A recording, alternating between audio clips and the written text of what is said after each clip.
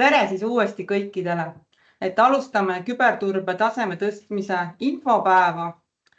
Minuga koos on Natalja Zinovjeva Justiits-Digiministeeriumist ja Lauri Tankel Riiast. Lisaks siis ka EISi enda inimesed, mina olen Kadrin Randpuu ja Marge Veeranna. Ja me püüame siis tutvustada toetuse tingimusi ja taotlemist. Kõigepealt ma annan sõna Natalja Zinovjevale Justiits-Digiministeeriumist sissejuhatuseks ja tutvustuseks, et mis toetusega üldse on tegemist. Ole hea, Natalja, jätka. Tere kõigile ja aitäh, et olete täna infopäeval osalemas. Mina olen Natalja Zinovjeva Justiits- ja Digiministeeriumist ning minu eesmärk on anda lühike ülevaade sellest, miks Justiits- ja Digiministeerium kübertaseme meetme lõi ning millist laiemat eesmärki see Eesti küberturvalisuse vaates täidab.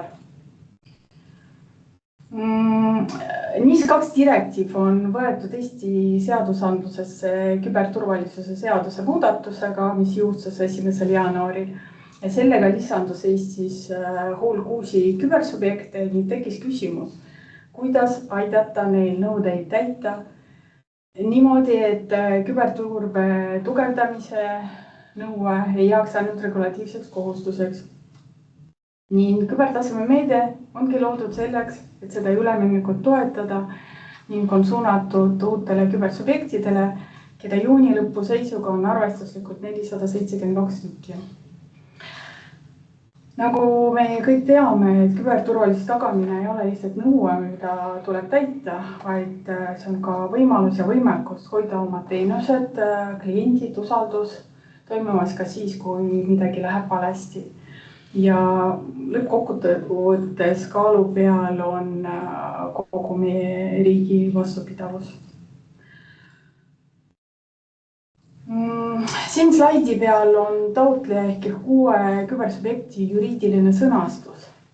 Kui te teate, et teie organisatsioon kuulub uute subjektide hulka, siis palun kontrollige üle, kas vajalik teavitus on RIA-le esitatud, kas kontaktandmed on korrektsed. See on vajalik eeskätt, kui toimub midagi kehvasti ja olulise mõjuga intsidentist on vaja teavitada ja RIA-ga kiiresti infot vahetada. Juhul, kui te täpselt ei tea või te kahtlete, kas te olete uus kübersubjekt või mitte. Ma tõin selleks juhuks slaidile RIA e-posti aadressi, mille kaudu saate vajadusel seda üle täpsustada. Ja edaspidi on meil plaan teha eesti.ee portaali bannerteavitused ettevõtjatele, eks edaspidi saab seda informatsiooni natukene lihtsamini ja sellise ühise portaali kaudu vahetada. Kuna uute kohustuste täitmine tähendab subjektidele ka päris tööd ja sageli ka põhimõtteliselt teile kulusid, siis me jõuamegi toetuse eesmärgini. Toetuse eesmärgil ongi 2 poolt, et ühelt poolt täidata küberturvalisuse seadusest tulenevate nõuete kiiremale täitmisele ja teiselt leevendada teile nõuete täitmisega seotud kulusid. Aga kas NIS2 ülevõtmine on ainukene põhjus küberturbe tõhustamiseks? Statistika ütleb, et see ei ole ainukene põhjus. Küberrisk kahjuks ei ole mingi abstraktne tehniline risk, vaid see on väga reaalne majanduslik ja ühiskondlik mõju. Ja nagu teame, küberintsident ei küsi ka, et kas tegemist on suure või väikse organisatsiooniga, vaid ta küsib, kas mõni uks on lahti. Ja rahvusvaheliste uuringute keskuse hinnangul Euroopas küberkuritegevuse majanduslik mõju on keskmiselt 0,84% SKP-st, mis Eesti jooksvates hindades tähendab umbes 300 miljonit eurot.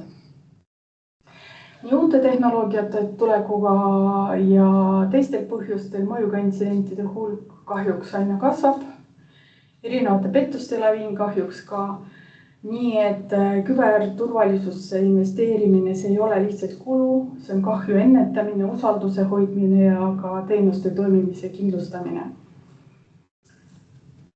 Oleme meetme disainimisel võtnud arvesse eelmise meetme, siis küberpööremeetme kogemust ning lisasime ebakülglike tegevuste hulka ka auditeerimist ja lõppkokkuvõttes sellest praegu avanevast meetmest on võimalik rahastada 3 tüüpi tegevust, teekaardi koostamine, arendustegevuste elluviimine ning ka arendustegevuste auditeerimine. Meetme taotlusvoor avaneb eelduslikult 2 nädala pärast 31. augustil ning eelarve kokku on 2,64 miljonit eurot. Aga minu poolt on lühidalt kõik. Tänan teid kuulamast, soovin teile sisukat, praktilist ja väga põnevat infopäeva. Aitäh! Räägin siis küberturbe teekaardi tingimustest ja õiguslik raamistik sellele määrusele on siis küberturbe taseme tõstmise toetuse andmise ja kasutamise tingimused ja kord. Tegemist on siis Justiitsdigiministeeriumi meetmega ja rakendusasutus ongi Justiitsdigiministeerium ja EIS on siis rakendusüksus, kes tegeleb siis alates taotlusvoorude ettevalmistamise kuni siis taotlusteni ja pärast ka aruannetega ja loomulikult ka toetuse maksmisega. Miks see toetus on siis ellu kutsutud, et eelnevas ettekandes räägiti seda, see on siis seotud sellega, et aastal 2026 1. jaanuaril muudati siis küberturvalisuse seadust ja selle seadusega seoses tekkisid kohustused uutele juriidilistele isikutele ehk siis uutele subjektidele. Selle määruse eesmärk siis aidata siis neid küberturvalisuse seadusest tulenevad NIS2 nõudeid uutel siis organisatsioonidel ellu viia. Ja NIS2 on siis küberturvalisuse direktiiv, Euroopa Liidu direktiiv, millega siis need nõuded tekkisid. Toetus on riigi abi, VTA tähendab siis vähetähtsusega abi ja siin on siis piirmäärad, et nii nagu ka muudes toetuses kuni 300 000 eurot viimase 3 aasta jooksul ja arvestatakse siis kogu kontserni. Erinevalt siis teistest toetustest saab siin olla ka toetuse saaja põllumajandussektoris või kalandus- ja vesiviljendussektoris tegutsev ettevõte. Nendel on siis erinevad toetuse määrad, siis vastavalt 50 000 ja 40 000. Meile teadaolevalt on neid sihtrühmas siis tegelikult üksikud.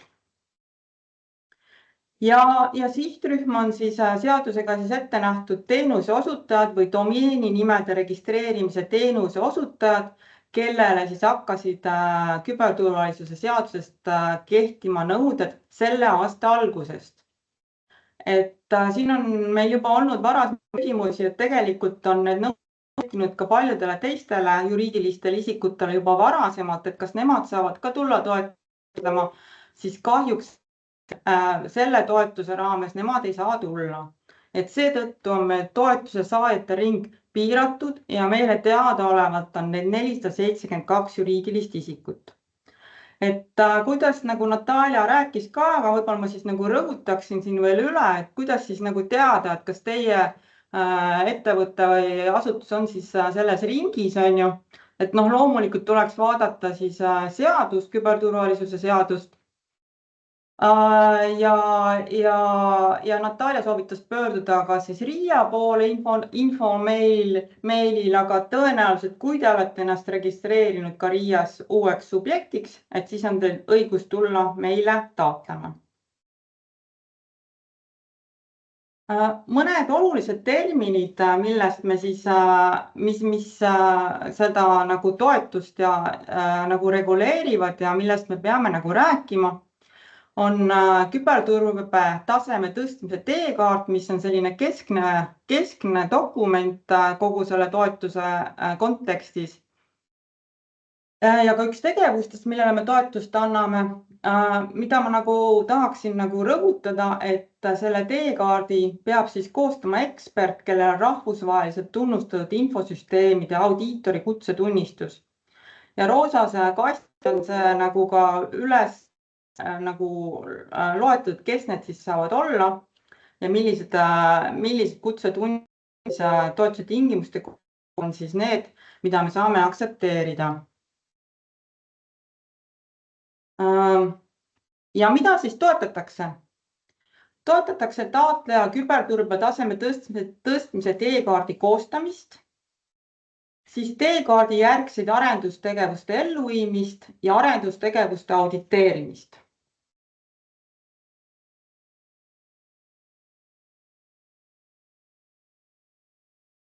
Ja oluline on nüüd siin see, et meil on 2 taotlusvooru.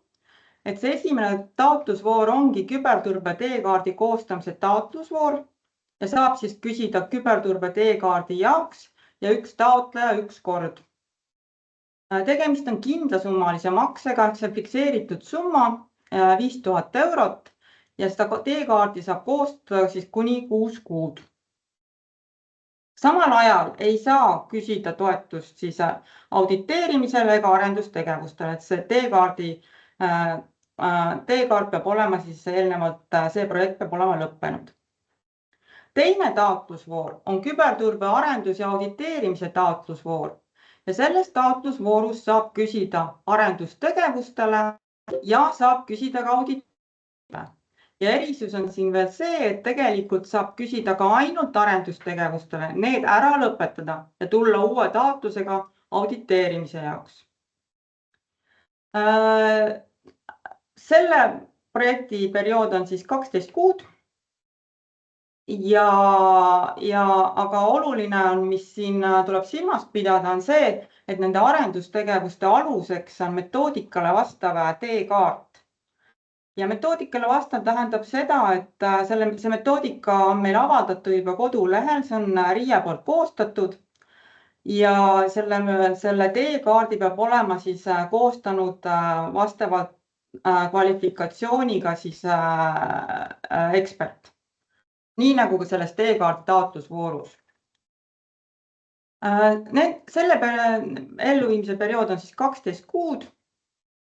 Tegemist on jooksva taotlemisega kuni eelarve ammendumiseni ja projektid peaksid olema ellu viidud hiljemalt siis 31. detsember 2027. Lisaks siis vähestähtsuse abi reeglistikust kehtivad taotlejale siis ka sellised nõuded, mis on üleselt, et taotleja ei tohi olla siis likvideerimisel, lõpetamisel, ei tohi olla maksuvõlgu koos viivistega enam kui 100 eurot või need on ajatatud. Maksudeklaratsioon